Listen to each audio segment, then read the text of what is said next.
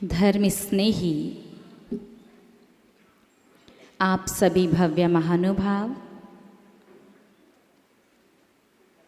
अभी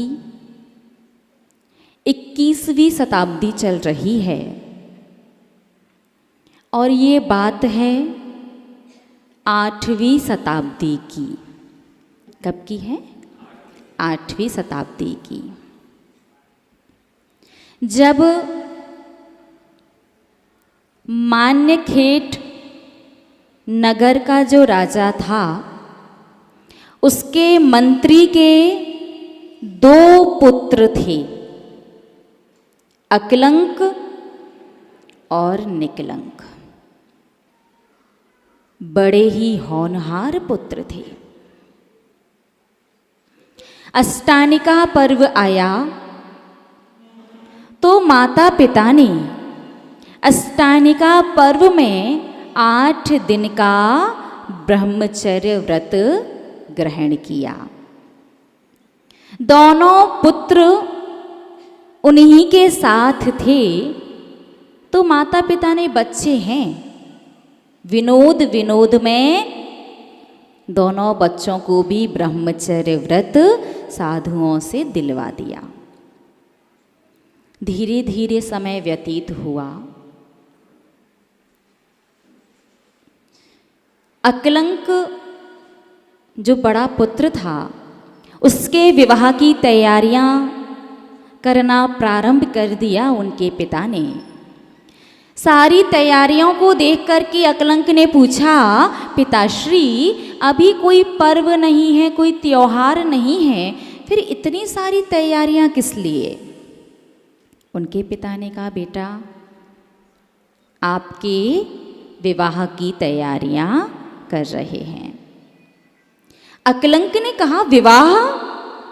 आपने ही तो ब्रह्मचर्य व्रत दिलवाया था। पिता ने पूछा, ब्रह्मचर्य व्रत हमने कब दिलवाया आपको?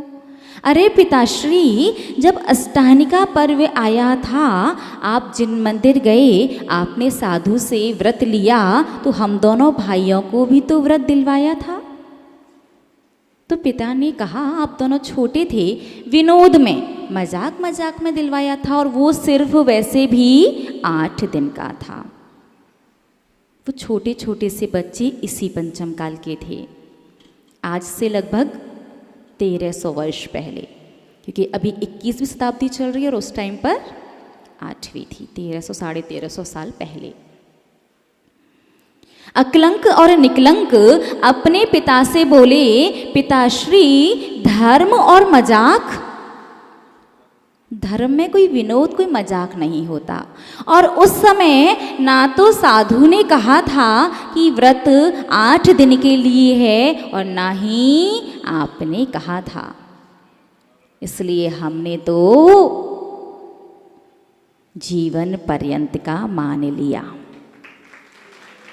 आप लोग क्या करते हैं? साधु के पास गए, कोई नियम लिया, या भगवान के पास जाकर के नियम लिया, जब तक चल रहा तब तक पाला, उसके बाद छोड़ दिया। क्यों छोड़ दिया? क्योंकि हमने टाइम लिमिट नहीं रखी थी। तो जब तक चल रहा है तब तक पाल लो, जब ना चले तो छोड़ दो। धर्म स्नेही महानुभाव, जिन नियमों की समय सीमा निश्चित नहीं की जाती, वो नियम जीवन पर्यंत के हो जाते हैं। दोनों बच्चों ने कहा, पिताश्री ना तो साधु ने बताया था, ना आपने बोला था, इसलिए अब तो हम जीवन पर्यंत के लिए इस ब्रह्मचर्य व्रत का पालन करेंगे, विवाह नहीं करेंगे। दोनों पुत्रों ने, अकलंक और निकलंक, व्यापार आदि सब कुछ छोड़ दिया और जैन शास्त्रों का अध्ययन करना प्रारंभ कर दिया। उस समय बौद्ध धर्म बहुत चरम सीमा पर था। अकलंक देव के मन में एक बात आ रही थी बार बार कि अपन यूं ही किसी से कहें कि ये चीज़ सही नहीं है, आपको नहीं करना चाहिए, छोड़ दो, तो कोई भी व्यक्ति नहीं छोड़ेगा। लेकिन जब अपन उसे उसके अवगुण दिखा करके यदि उससे कहें कि इसमें ये गलती है, ये बुराई है, ये दुर्गुण है, अब छोड़ दो, तो संभावना काफ़ी हद तक बढ़ जाती है कि व्यक्ति उस चीज़ को छोड़ दे। तो जब तक अपन को स्वयं को इस बात की जानकारी ना हो कि उस सामने वाली चीज़ में, सामने वाली वस्तु में क्या बुराई है, क्या गलती है, तो अपन किसी को नहीं बता सकते।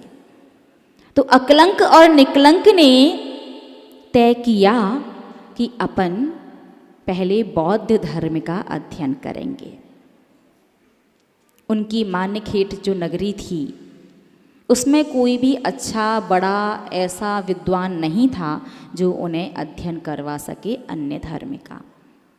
और अकलंक और निकलंक इतने कुशाग्र बुद्धि बालक थे, थोड़े से टाइम में जैन धर्म पढ़ करके बड़े विद्वान बन गए, क्योंकि अपने जैन धर्म में एकमात्र अकलंक ऐसा नाम आता है जिन्हें पूरा की पूरा विषय बस एक बार पढ़ने से ज्यों का त्यों याद हो जाता था।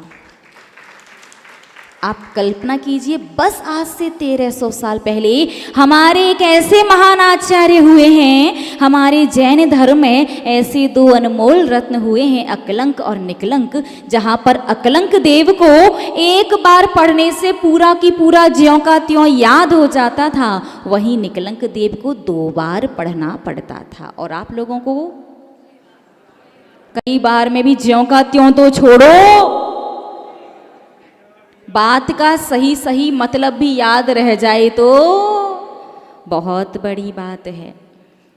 जैसे एक छोटा सा सेंटेंस आता है, रोको मत जाने दो। अब कोई श्रावक पहुंचा साधु के पास, साधु से कहा कि ऐसी ऐसी बात है, बहुत अच्छा व्यक्ति है, धार्मिक है, धर्मात्मा है, त्यागी तपस्वी साधक है, क्या करें उसके साथ?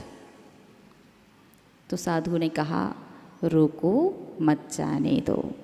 सहज, बिल्कुल सहज ना, रोको मत जाने दो।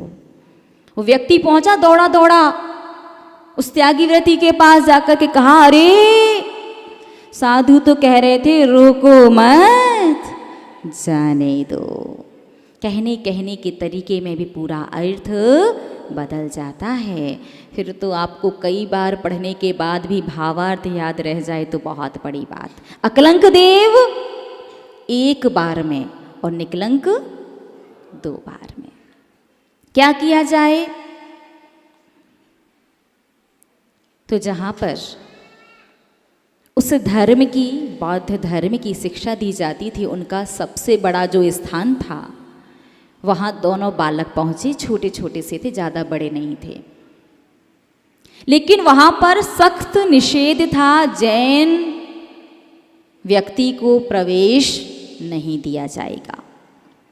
सिर्फ वहाँ पर बौद्ध लोग ही विद्या अध्ययन कर सकते थे। अध्ययन तो करना है, जानना तो है कि क्या सही है, क्या गलत है और क्यों। तो क्या किया जाए?